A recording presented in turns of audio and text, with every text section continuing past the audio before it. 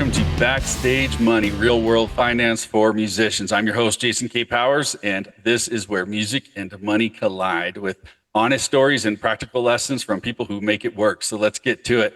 Today, I am joined by the one and only Dave Moody, a Louisville-bred road veteran who spent nearly a decade holding down the bass for Billy Ray Cyrus, and now one of the lead vocalists with the band Hairball, one of the biggest arena rock tribute productions in the country. And Dave has logged some serious miles on major stages, covering 130 shows a year. And so he has seen some business from multiple angles. Dave, welcome to the show. Thank you for having me. Glad to be here.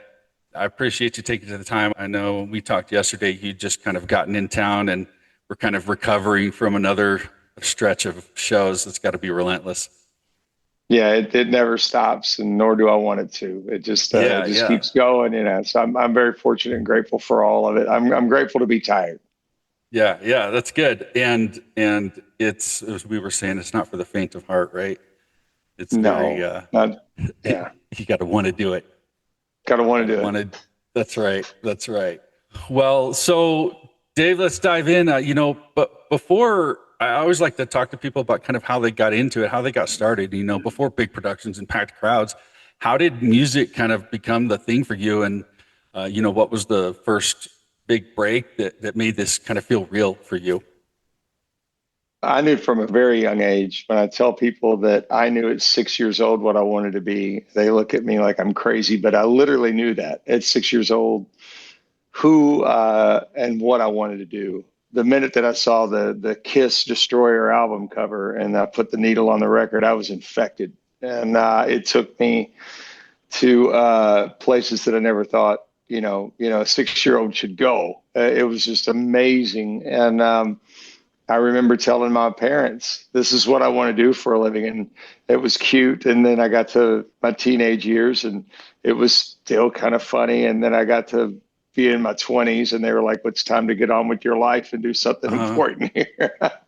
But I told them, I said, this is what I wanted to do. So I knew from a very, very young age exactly what it was that I wanted to do. And I'm fortunate in that aspect because a lot of people spend their whole life never knowing what they want to do or what they wanted to become. So I'm so grateful for that divine intervention, if you will, on that porch step at my parents' house at 6 years old on a Saturday morning when the UPS man dropped off Kiss Destroyer. I'll never not be thankful for that day. You remember like that day, huh? That's cool. Oh yeah, I remember it like it was yesterday. That's how quick it was. Yeah. How fun. How did you transition, say, from that over the years to, getting in a band? What did that look like for you? I didn't play an instrument until I was we was very poor, so we couldn't afford instruments. And so it was quite difficult, but I didn't start playing until I was like 17 or 18 years old. And then I ended up getting an instrument and getting in a band and we were horrible and we sucked and it was bad. But I think that's the way everybody should start. You should start out horrible and suck and be bad and get better and start with people who are horrible and suck and can be bad with you, and that way you can grow from that aspect of it. And I learned a lot in those formative years of what to do and what not to do. And sometimes I made the same mistake over and over until I realized, oh, wait a minute, this is not working, So, but I was actually a little bit older getting into music from a learning an instrument standpoint. So I was like 17 or 18. And you guys you did some small bands, and then how did you go from that to playing bass for Billy Ray Cyrus? Well, it was a process. Like I said, I started with my first band, and then I went into an original act, and I did that for about 8 to 10 years, and it really taught me a lot of lessons from the standpoint of, working with others, crafting songs, promoting your band, because I come from the era of when we put, flyers on telephone poles, Posters, going that's up and right. down the So, street, and, there was none of this social media. There was no cell phones. There was no yeah. computers. It was all word of mouth, and you had to create your own buzz. And that's where it came from. Then after about 8 to 10 years, I got to a point to where I was in a band that almost got signed by Gene Simmons of Kiss, surprisingly, in 2003, a band called Magnetic Flux. And we were being courted by Gene Simmons because he had restarted Simmons Records and he was taking open solicitations for albums. And so we sent it in and got a meeting with him. And long story short there, he told us we were too old and too tall at that point. I was like, Shoot. I was like 30 years old, 31 years old. I was like, man, I'm still, looking back now, I'm 54, I was a kid, so, Yeah. yeah, that didn't work out, but that's okay. It's all right. Then, the next thing I know, I get a phone call from a friend of mine who was Billy's brother and my good friend who I'd grown up with. And he said his brother was looking for a bass player and asked me if I wanted to audition. And I did, and it went famously. And we hit it off from Jump Street. And I guess because he's from Kentucky, I'm from Kentucky, the whole band's from Kentucky, and it's just a bunch of Kentucky boys. We like-minded, Yeah, yeah. for better or worse. Yeah. That's it. Hey, Right. most of my family's from Kentucky, so Oh, good for you. You're a yes, that's smart right. man. That's right. I got it. Well, so you learned a lot over these years, these early years, and then you got in, with Billy Ray Cyrus and learned even more, and right, and now you've been at it a few decades now, and so what is, maybe going all the way back, what's one money lesson you wish you'd known when you started in music? What's some things you Oh, wish you'd known, man, when you got started, that you're like, gosh, if everybody would know this walking into it. I wish somebody told me that I was going to get older. I wish somebody told me that life is real and things Mm-hmm. happen and you got to prepare for those things instead of living in moments. Living in moments is great. That's cool. And it's satisfying for those moments. But there is a bill at the end of the dinner and you have to be ready to pay for that bill. So I guess my advice from that standpoint is, if you're going to be a professional musician, usually you're hand to mouth anyway. So it's hard to save money in that aspect because you're paying your rent, you're paying your gas, you're paying your, maintenance on your instruments, you're paying, you've got all these, and then there's not a lot of, it's all overhead. There's not a lot of room for saving money, and you don't make a ton of money.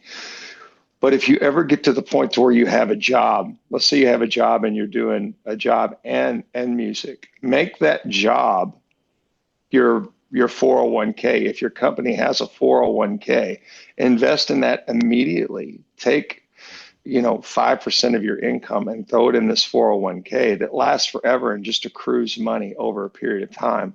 Because I did not do that.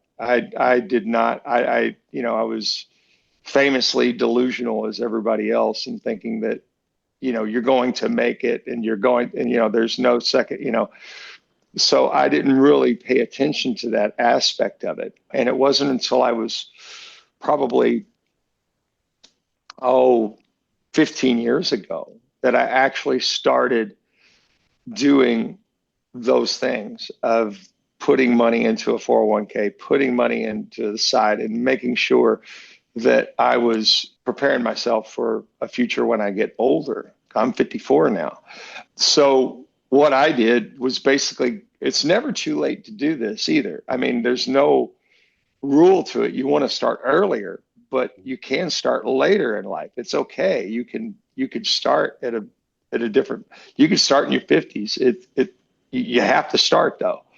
But I was lucky enough to pull the parachute in my 40s and get it right from there and put myself in a position now to where I'm not caught up with the people who started in their 20s, but I'm in a pretty good spot. So I would say that, you want to prepare as if your life depended on it, because it does. You're going to get older. Things are going to happen. You're going to need money. You're going to need finances, and you don't want to be a burden to anybody else. So, musicians are not accused of being smart people by any stretch, and they're definitely not accused of being good with money. And I'm guilty as charged on that. But if the advice that I could give you is to start as soon as possible, saving money, putting it back, making sure it accrues money. And then once you do that, then you could get into the stock market maybe a little bit, put some money in some easy stocks that are going to maybe pay some dividends, maybe give you some money and hold your money in a good spot. And those things are just going to help you out immensely. And it's done it well for me, because I'd like to get to 62. I'd like to retire at 59. I'd like to retire and be done at 59, to say I retired in my 50s. But I don't see that happening. I'll probably go to 62, and even then, I probably won't retire because I'm just too addicted to the lifestyle. Enjoy but what if you're I doing want too much. but if I wanted to do it, I could do it. That's the thing. That's where I want to be. So, and that's where you want to be too. So I highly recommend saving. I highly recommend, if you have a 401k option, you utilize that and attack it with everything that you can attack it with. Hell, if you're just a cover musician, take that money and put it in the 401k. Whatever you can do to put money into that, to save money, that's what you want to do. And I know I sound too reasonable right now, not too cool for rock and roll. Yeah, but that's a conversation, and that's really one of the reasons that this podcast got started, right? Because watching artists over the years and run into financial dilemmas and having to put up that GoFundMe because of some unforeseen circumstance, and going, gosh, I wish there was a way to better equip, musicians coming on and get that across. I know everybody's young and excited and right, you're living in the moment, like you said, and just finding a way to better educate and better equip the guys coming on. And even like you said, starting in your 40, if you've been in it 10, 20, 30 years, it's not too late. Start now. No, it's never too late. That's right. We always, people say, oh, I wish I would have started something, years ago. And I said, well, look, when's the second best time to plant a tree? Right. Today. You're right. Today is the best time. And it's just like anything. You just want to make sure. Starting habits is hard, but once you get into the habit, it's easy. Then it becomes the easy thing to do, versus when you first started, it's hard because you got to stick with it. But if you stick with it, it is so worth it. And at the end of the day, you're going to be going, man, I did the right thing. And right. But don't be the guy. God bless them. I know so many people, more than I should, that are financially struggling with just those things that you just said, and a lot of them are very well known, and it's tough, and this business is tough. As giving as it is, it's unforgiving, and you have to protect yourself at all costs and make sure that you're looking out for you and your family moving forward. Mm-hmm. Yeah, that's right. That's great. Well, let's pivot a little bit. So talking about money day to day in the music business, what investments are really non-negotiable for you that are worth every penny? Don't cut corners here, kind of thing. Well, you just want to make sure that you're taking care of yourself health-wise. You cannot not take care of yourself. If you're doing this just to get drunk and get laid, that's the wrong reason to do it. Mm-hmm. You want to make sure that whatever it is that you're doing, you're building relationships and contacts within the industry. These are corners that you don't want to cut. Relationships are so important in this industry because they're relationships for a reason. They're going to feed you later on in life if you build these relationships. So you want to make sure that you do that. Music gear, make sure that you have the best of the best of the best. Make sure that your appearance is good. It's just like any job. You want to make sure that you're healthy, you're strong, you look good, you perform good, you're fluent in your instrument. These are things that you cannot cut corners in, because those things separate you from everybody else. So then be a good hang. Be a person that is easy to get along with, not necessarily agreeable, but good to hang around with. A person that is like a guy that you could count on, a guy that can be, it's like my dad always told me, arrive 15 minutes early, stay 15 minutes late, work harder than anybody else. And I got to tell you right now, in this industry, musicians, and I'm speaking to you, are inherently lazy. They're entitled. I know you don't want to hear this, but it's true. They're inherently lazy and they're entitled. It takes this much effort to outwork a musician. I mean, just that much more than somebody else, because they think that talent or their ability and somebody's going to find them. No, it's relationships, it's your attitude, it's your musicianship, it's everything. It's all of these things. It's not just one thing. So the corners that I wouldn't cut are the ones that are the small details that allow you to achieve more than other people. So stay on those things and you should be able to succeed. At least more than the next person. That's great. I think just kind of spinning off of that, what I appreciate with you guys, and I've watched you guys for a while, and what's your opinion on big shows, small shows? What shows do you take? Do everything you get your hands on, ditch the little ones? I mean, I hear a variety, and I think I know what your answer is going to be, but yeah, what's your perspective? I love them all. They all pay. They all pay the bills. So I treat every room as if it was Madison Square Garden. You don't look at a crowd and think they don't deserve my best because there's less people there. You look at a crowd and go, they're going to get the best of me every single time I walk out on stage. Because not only you're representing the band, you're representing yourself. And there should be integrity in that. There should be no mailing it in. If you hear somebody say they're mailing it in, that's not the people you want to be associated with.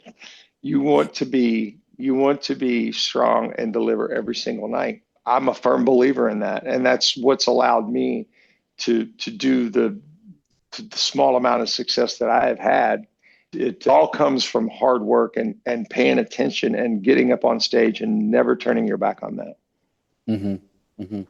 Yeah, I've seen you guys a few times and a couple different size venues. And that's what stuck out to me, because one show in particular I went to when I knew where it was, I was like, I'm quite surprised they're playing here actually, because I've seen them fill 3 times as big a venue.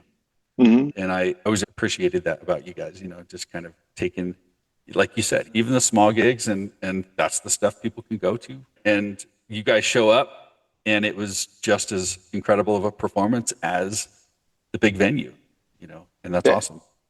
Yeah, you want to be who you are, no matter where you set it up. You want to be who you are.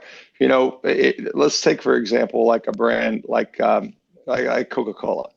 Okay, Coca-Cola is sold in stadiums around the world, but it's also sold in small convenience stores around the world. Do you think Coca-Cola in the smallest convenience store in the worst neighborhood is any different than the Coca-Cola that's being sold in a stadium at a football game?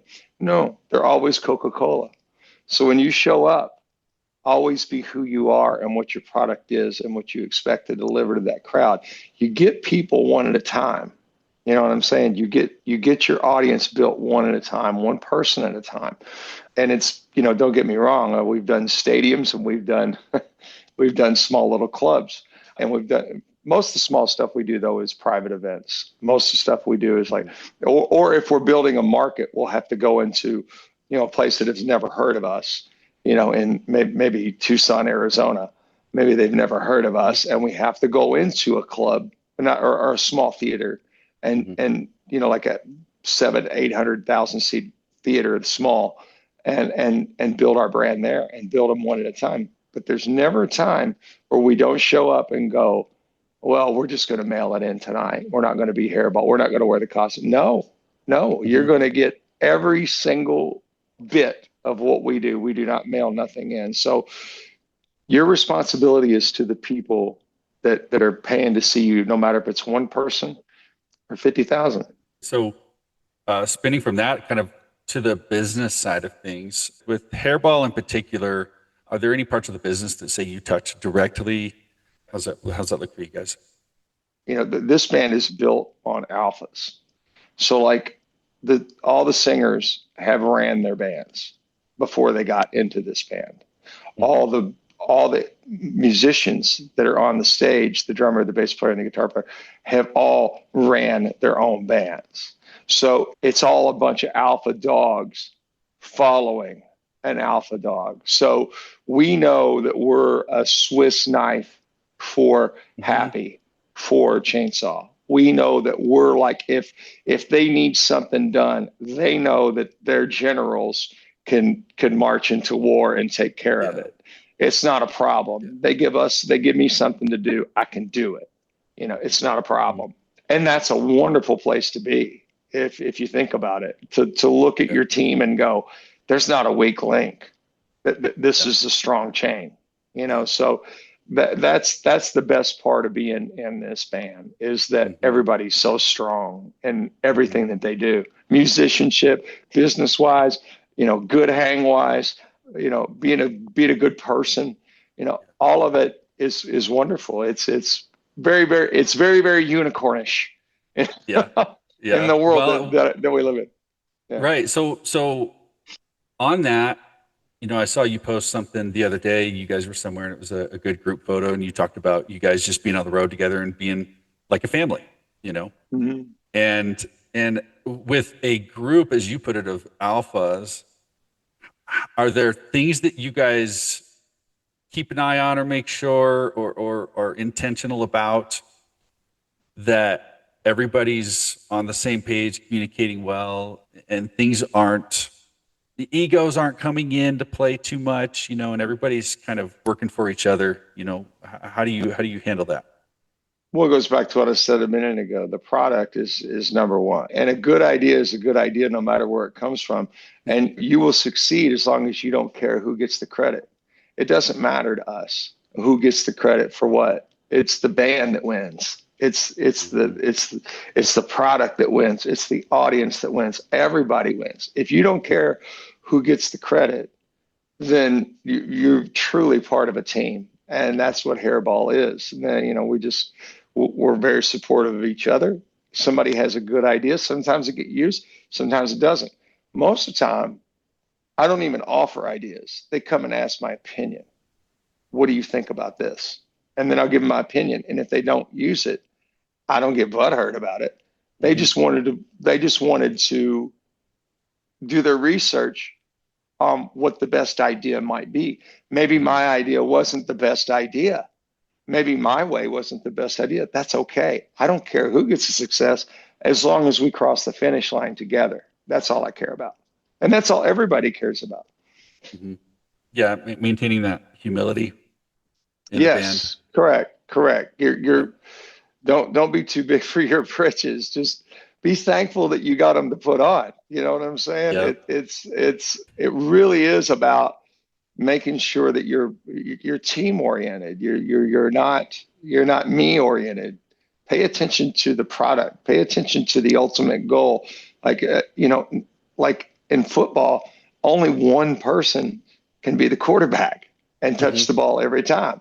It's up to him to decide who gets the ball and the best play to run, right? Mhm. So that's Happy. He's the quarterback. Him and Mike are the quarterback. And we're like the receivers and the running backs, and some of us are blocking and some of us are running the play. Some of us are Mhm. downfield for a bomb. So either way, they all end up celebrating in the end zone. They Yeah. all end up celebrating. So that's us. Yep. Yep. That's great. So let's touch on real quick, we talked about before the show, kind of in your expansive experience, what pay models have you seen bands do that do and don't work? Whether or not you're giving advice on, you should definitely do this, but what pay models have you seen work and not work that bands try to put out there?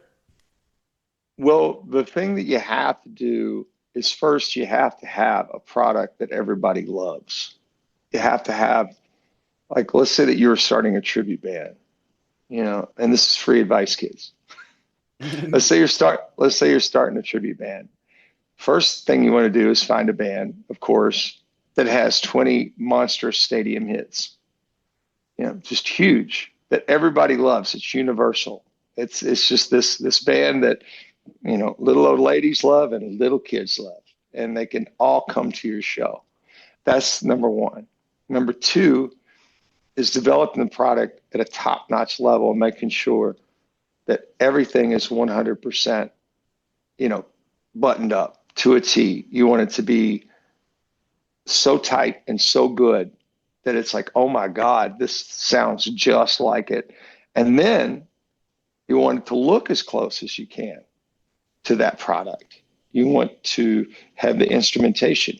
You want to have the clothes. You want to have the mannerisms of the people that you're doing. You want to make sure that you're doing all those things.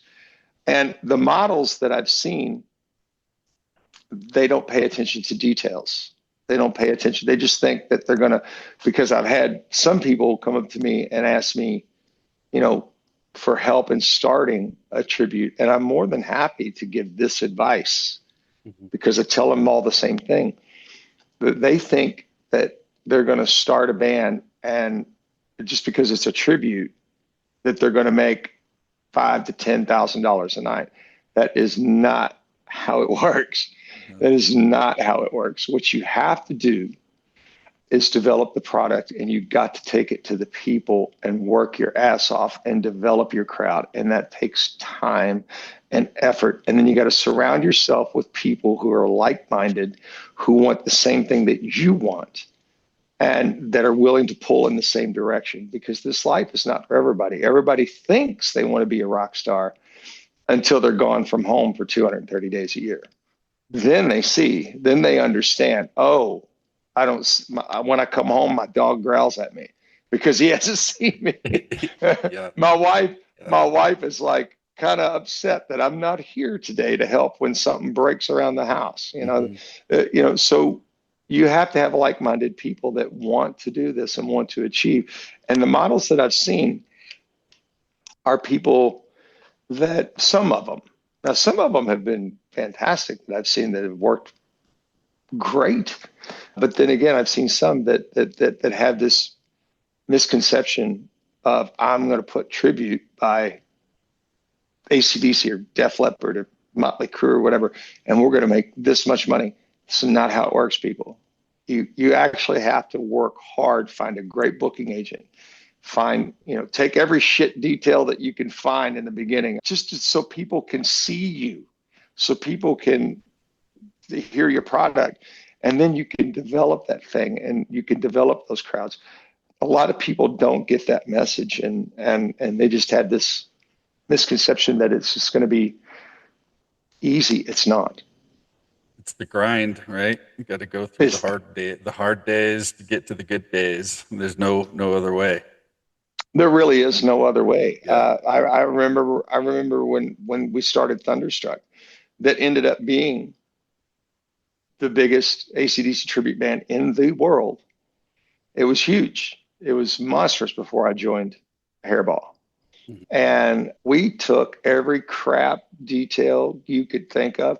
We rode in sedans, pulling, with a box truck, pinched in like this, grown men like this for 700 miles, eating hamburgers like this, Yeah. I mean, saving, like pinching pennies so hard that the copper got on your fingertips. I mean, it was really, really tight. The margins were really, really tight. And we started out like that, and nobody knew who we were. Nobody had an idea, but we started delivering that product. And that's where it starts. You have to want to do it. You have to want to be there. And the people with you have to want to be there. It's a team. Like I said, doesn't matter who has the ball or who gets the credit, that we all win. Cool. All right, let's shift gears here a little bit and start landing the plane. Give me a fun, memorable, funny story you got.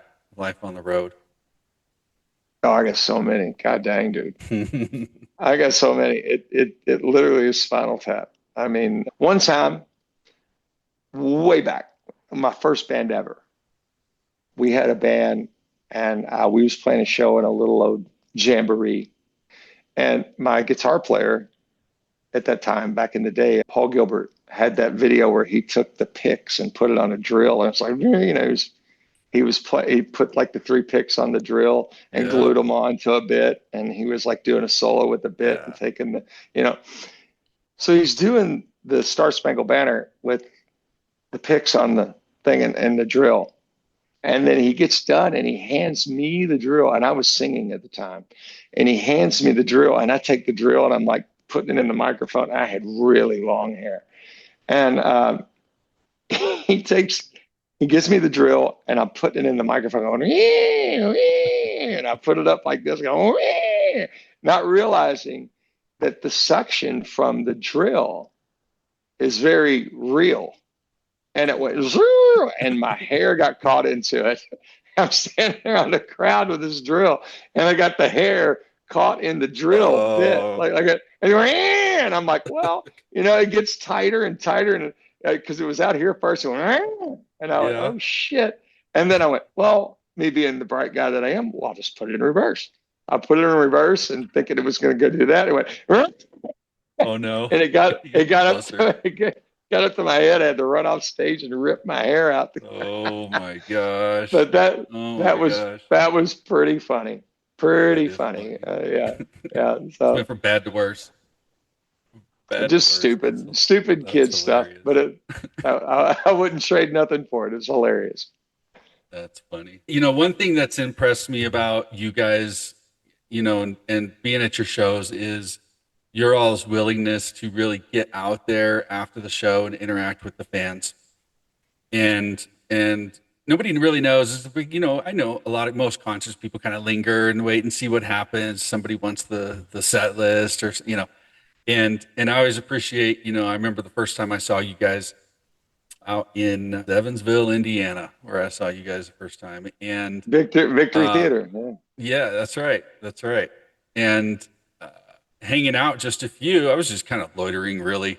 And then HBK jumps down and is running around in the front. And so anyway, got to meet a couple of you guys that just briefly, right? You're hanging out and socializing and taking pictures and consistently, I talk to somebody after every show, and I appreciate that about you guys. Is there a motivation behind that? Is there a philosophy maybe behind that allows some of you at least? I still need to get happy out there, but get some of you guys out there and visiting with the fans. Well, yeah. I mean, first and foremost, we're fans ourselves.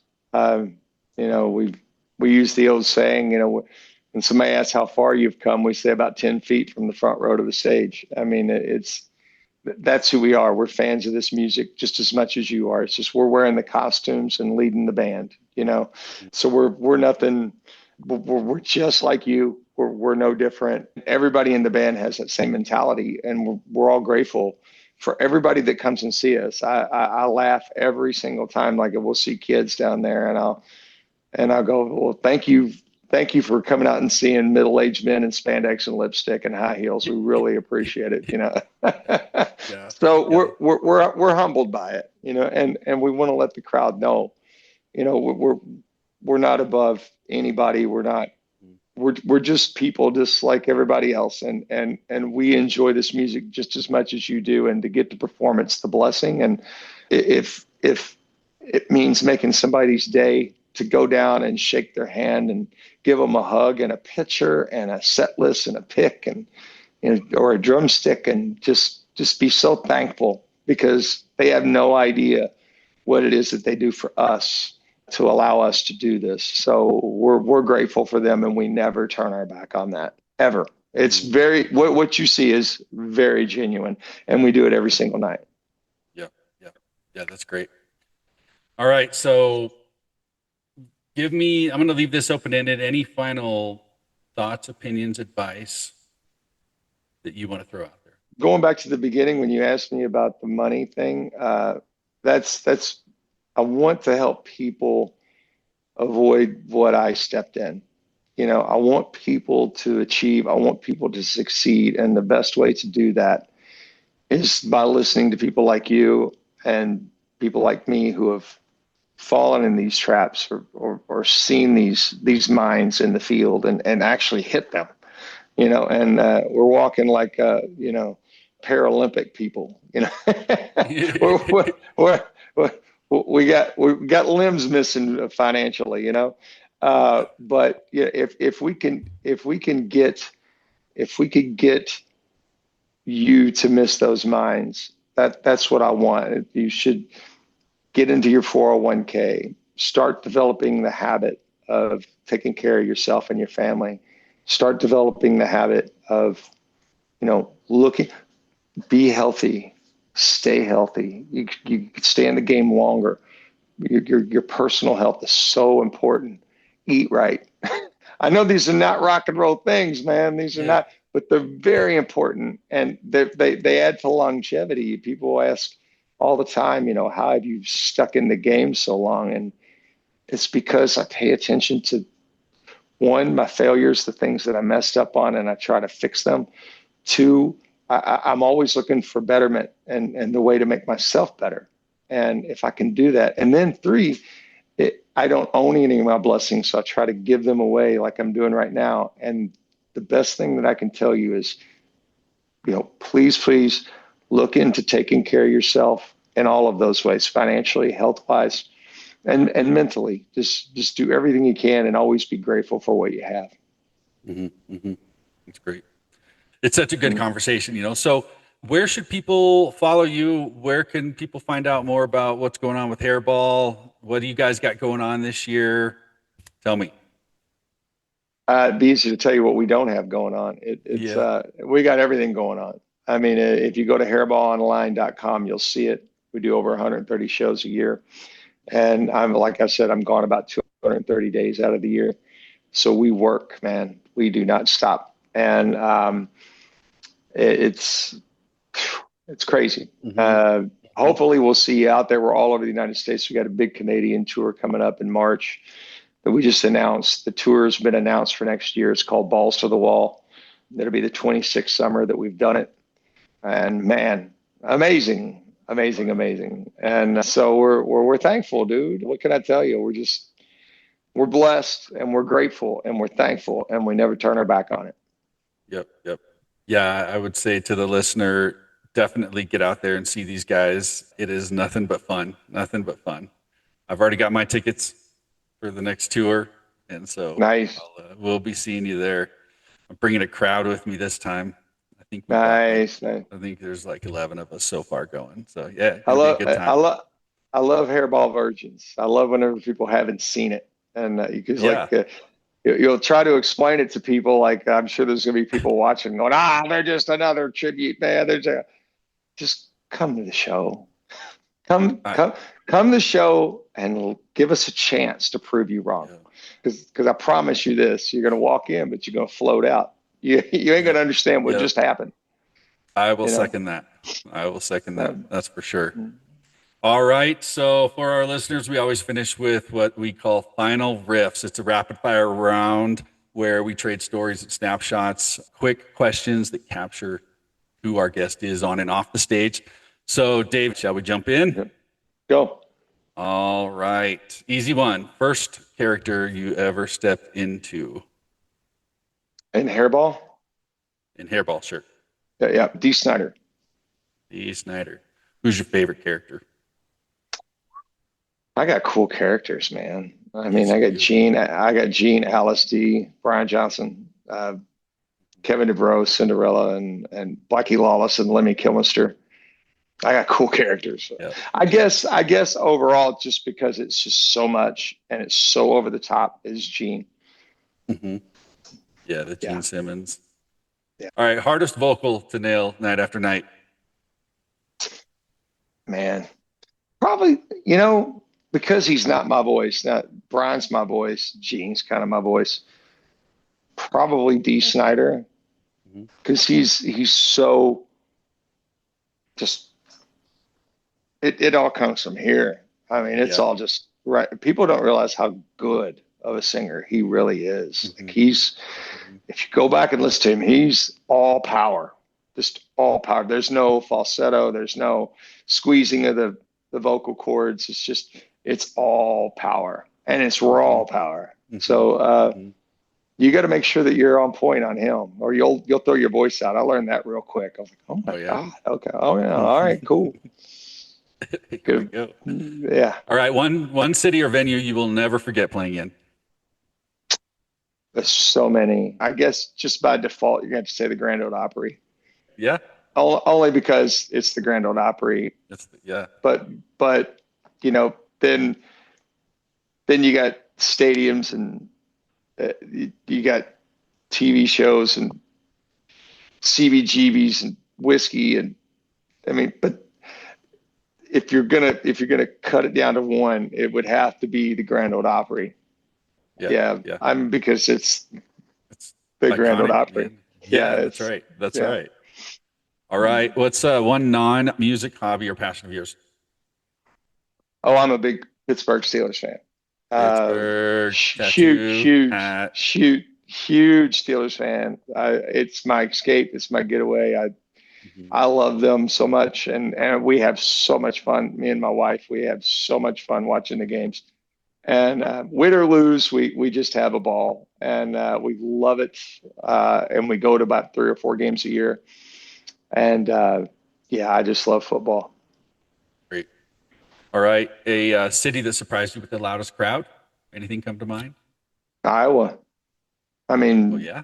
just Iowa in general. Yeah. It that is probably the rock and roll capital of the world. Iowa.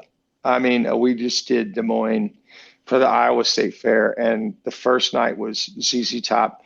The next night was Leonard Skinner, then us, then Def Leppard on the grandstands, Hmm. and we beat Leonard Skinner in attendance, and which was at a hard Wow. ticket sale, not a free concert. Now this is a Yeah. hard ticket, and we beat him. We had like 8,000 people there, and it was Wow. they're just so into it. Iowa people are just so not anything against anybody in the world, but they're just salt of the earth. I mean, just great rock and roll fans. Mm-hmm. All right. Best road habits that cost little but pay big. That's a hard one. Being prepared in your packing, like whatever you pack is going to be like your toiletries, food. If you have some extra, like things that you want, it's going to save you money. Having those things, most of the time you have catering and all that stuff, and you get to eat when you get there. So Mm-hmm. you want to pay attention. You want to take advantage of that. But stuff that you can bring with you that you don't have to buy on a daily, like you just have it with you. So I guess like bunk snacks and things like that. Things Yeah. inside of your bunk, and you know. But the things that'll save you the most money is eating lunch at when you get to the venue, taking advantage of catering whenever dinner is served, and then afterwards, generally they'll have something for you. Maybe it's pizza or whatever, and take advantage of that because those are things that keep you from dipping into your wallet. Mm-hmm. Mm-hmm. And they're free. They're supplied. Great. All right. First concert you ever went to? Kiss, Queensryche, 1984, Kentucky Commonwealth Convention Center, and Queensryche was on the Warning tour, and Kiss was on Animalize. I couldn't believe that I was in the same room as Paul Stanley and Gene Simmons. That's I was right. like, "That's That's right. that's them. That's them." That's right. That's right. It was cool. All right. So I think we've already answered this, but who was your biggest musical influence growing up? I had several, but of course, Kiss would be number one probably, and then AC/DC. It was very, very, very typical stuff. Kiss, AC/DC, Motorhead, Motorhead, and Kiss over here, and then I'm just. But then again, I had so many country heroes like Willie Nelson and Waylon Jennings and Merle Haggard and Johnny Cash and things like that. People that I love dearly from that genre of music. Mm-hmm. But yeah, I have a very good palette of music that I like. Yeah. Everything from Slayer to Sinatra. I love it all. See, there you go. There you go. That's a music lover, That's just Yeah. you like music for music. Yes, correct. Love it. Correct. Dave, thank you so much for making the time and for being so open with the road lessons and just all of the insight. I appreciate it. I know our listeners appreciate it. And thanks for keeping that rock alive and inspiring a lot of people. I know you do. So for everyone listening, we will put Hairball's links in the show notes so you can follow along and catch a Hairball show near you. If this conversation helped you think about the business side of your music, grab my free ebook, A Musician's Guide to Infinite Banking at 1024wealth.com/music. And when you are ready to talk about how a money system could support your career, book a quick call and let's chat. So thank you. You're listening to Backstage Money. Subscribe on your favorite podcast app. Share this with one musician who needs to hear it, and I will see you next time. Until then, keep your money working and your music. Thanks, Dave. You're welcome. Thank you.